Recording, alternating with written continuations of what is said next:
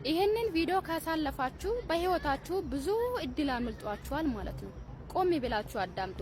5 አመት 10 አመት 20 አመት ከዛም በላይም በሰው ቤት ላይ በሰው ሀገር ላይ ተቀጥራችሁ እየሰራችሁ ያላችሁ ሰዎች ዛሬ ከናንተ ጋራ እውነቱን ነው ማወራችሁ። እውነትን ነው የምላችሁ። እስከ ዛሬ በሰው ቤት ላይ በሰው ሀገር ላይ እድሜያችሁን ልጅነታችሁን ወጣትነታችሁን ጭርት ሰርጋችኋል። ታዲያ ካሁን በኋላ ምን እየጠበቃችሁ ነው? ካሁን በኋላም ተቀጥራችሁ ለመስራት ነው? የፈለጋ ካሁን በኋላ ያንን የሰራችሁትን 20 አመትም ደግማችሁ ብትሰሩ ከዚህ በፊት የነበረ ህይወት እንጂ የምትደግሙት ምንም የምታመጡት አዲስ ነገር የለም። ታዲያ በአሁኑ ሰዓት ላይ ለእናንተ ብዙ ምርጫዎች አሉ፣ ብዙ እድሎች አሉ መጠቀም ከቻላችሁ።